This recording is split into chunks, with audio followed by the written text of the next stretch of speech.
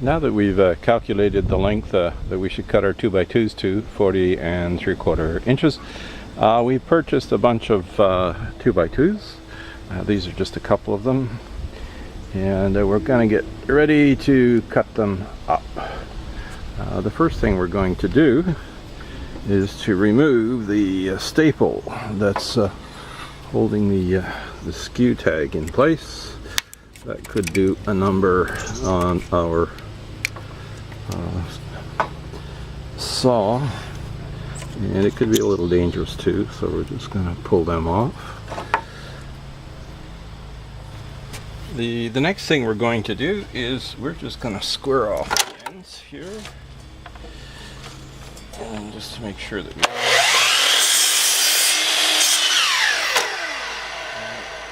turn it end for end.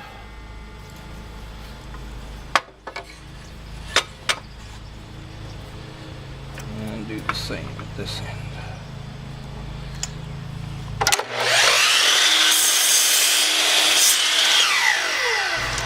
So now that we've got both ends squared off, we're going to make a mark at 40 3/4 and run it through our saw.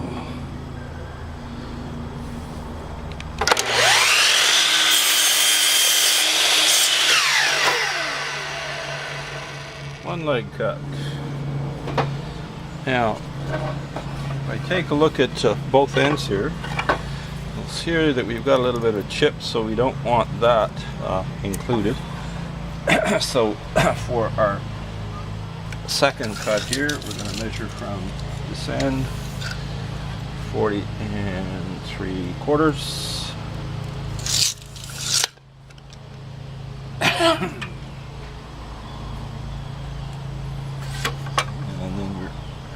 Give it a cut.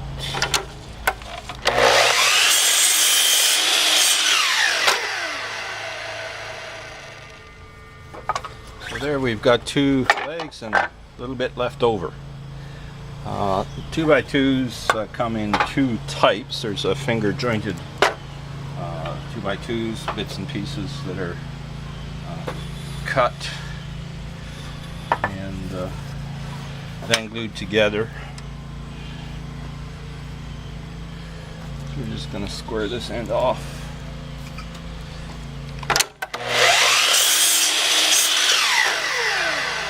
And then there's the ones like this, which is a complete piece of wood. Usually they are recycled 2x4s, which for whatever reason don't cut the mustard, so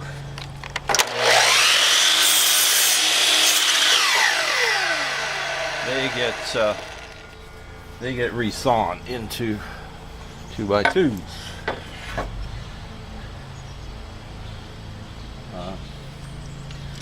2x2s being used for legs sometimes get a bum rap. They sit all there twisting and turning all over the place, but it really all depends on what we do with the 2x2s after we've got them cut.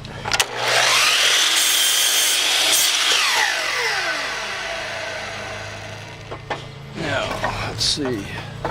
When I take a look at this end here, if I was to measure from this end down, we'd be including a lot of this knots and stuff in our cut, and we don't want that. So we are going to measure up from the left side 40 3/4, and that will cut out pretty much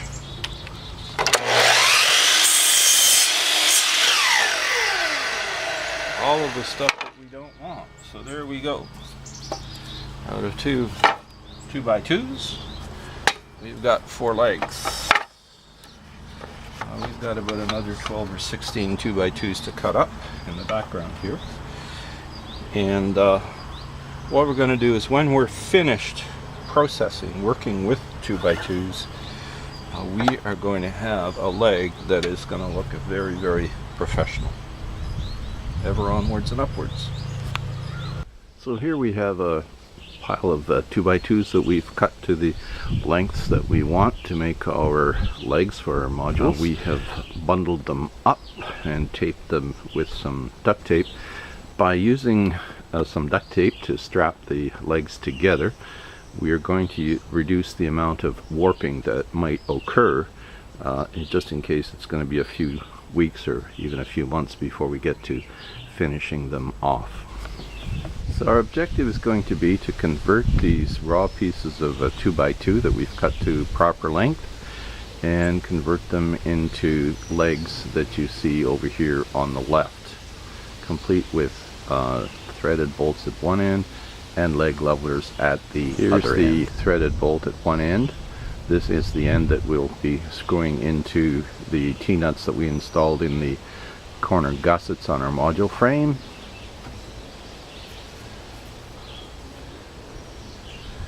And on the other end we have a leg leveler which we can use to set up our modules so that they're relatively even when we are doing train shows where the surface is very uneven. Now that we have our 2x2s cut to length, our next job is to locate the center at each end of those 2x2s. So we take a ruler, place it from one corner to the other, and draw a line. And repeat again for the other corners. Flip the leg end for end, and do the same thing.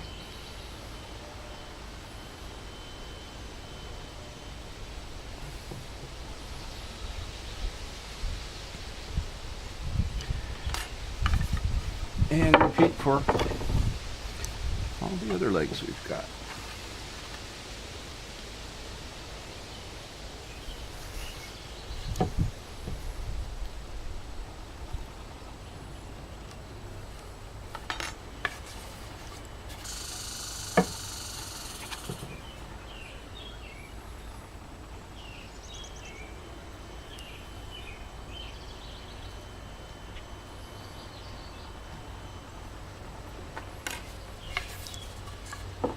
So we're all set to paint some legs right now, but that could get a bit messy. So what we're going to do is we're going to take some 1.5 inch nails and we're going to pound them in about 1/2 to 3/4 of an inch right into the middle of that X that we created a few minutes ago.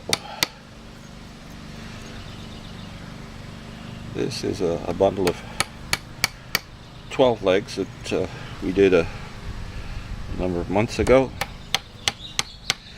We've managed to keep the bending to a minimum, although we do have a couple of legs that have a bit of a bend in them, but no twists.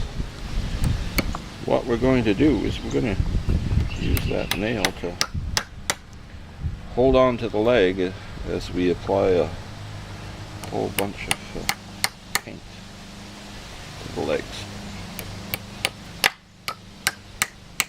Now to fix up the other end. For the other end, we've taken a nail and about a 12-inch length of wire, wrapped one end around the head of the nail, and we're going to pound the nail in. We're going to pound the nail in to the other end.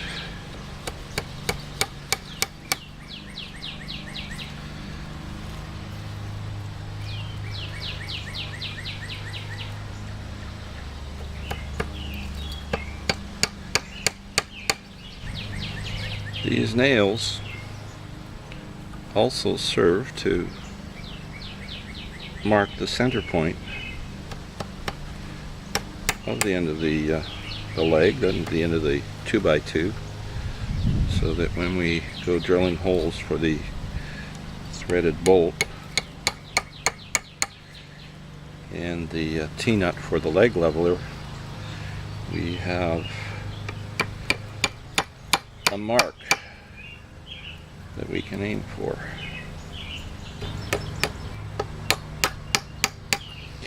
now we're ready to start painting. Things are going to get a bit messy here, so we're ready to start painting. We're putting on some nitro gloves. Things could get a bit messy. First thing we're going to do is we're going to take a leg and paint the ends. There's one end. Yeah, we do the same with the other end.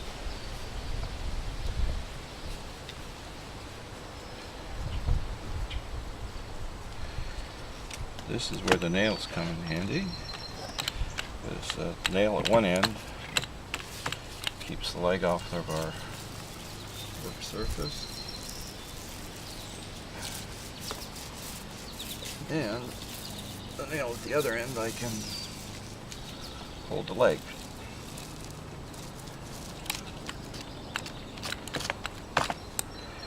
We're using a Tremclad flat black, the alkyd type, not the latex type.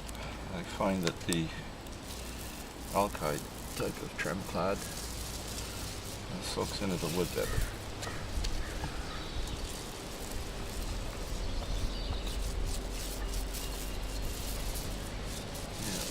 Paint applied on all four sides. We're just going to go over it again and make sure that we don't have any drips or rungs, and that we've got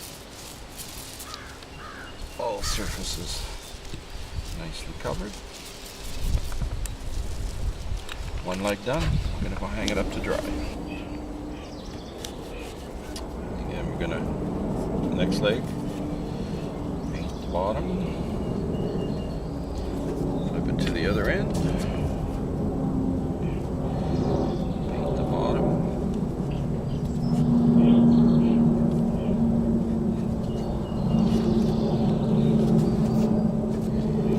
Getting that nail on the bottom of the leg keeps the leg off the work table.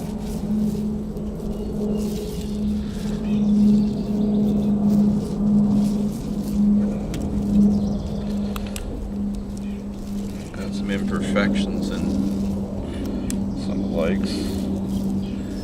So the next step, we will fix those imperfections up and make it look as if they were never there.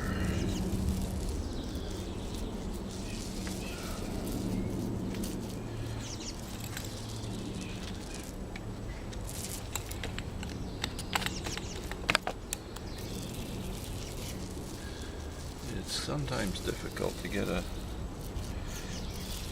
perfectly good 2x2. So we make do with what we've got and fix up some of the imperfections with a little bit of plastic wood and maybe some epoxy. Another one done. On with the next. So we've set up a bit of a clothesline here to dry the legs. Simply a couple of stakes and a rope, and we'll leave the legs here to dry for 10 to 12 hours and get ready to sand them and give them a second coat of paint. So here we have the first coat of flat black paint, nicely dried on our legs.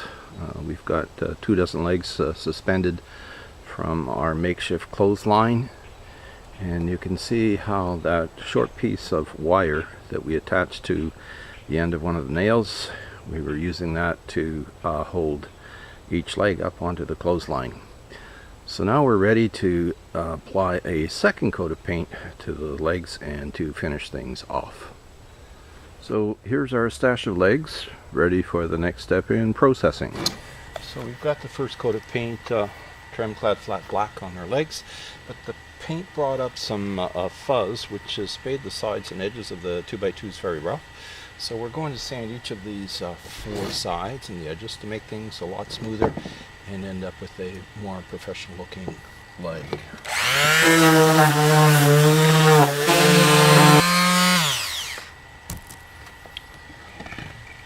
As we finish each leg, we're wiping the sides and edges down with a shop rag to get rid of the dust created by our sanding. We're using a palm sander with 120 grit sandpaper. You can use whatever tools you've got available. Now, as we sand each side, we also sand the edges, which is usually where things are quite rough.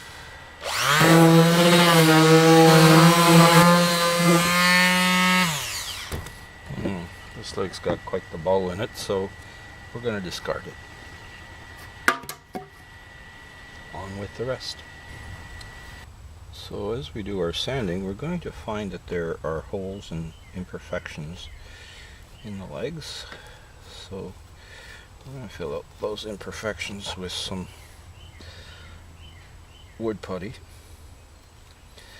In this case, we're using a wood filler, the pages, and that will give a more finished look to the legs.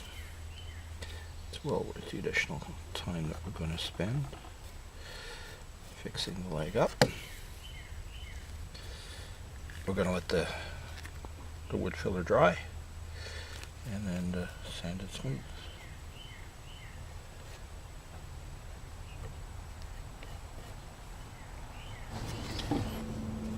So we've sanded each side of our 2x2s.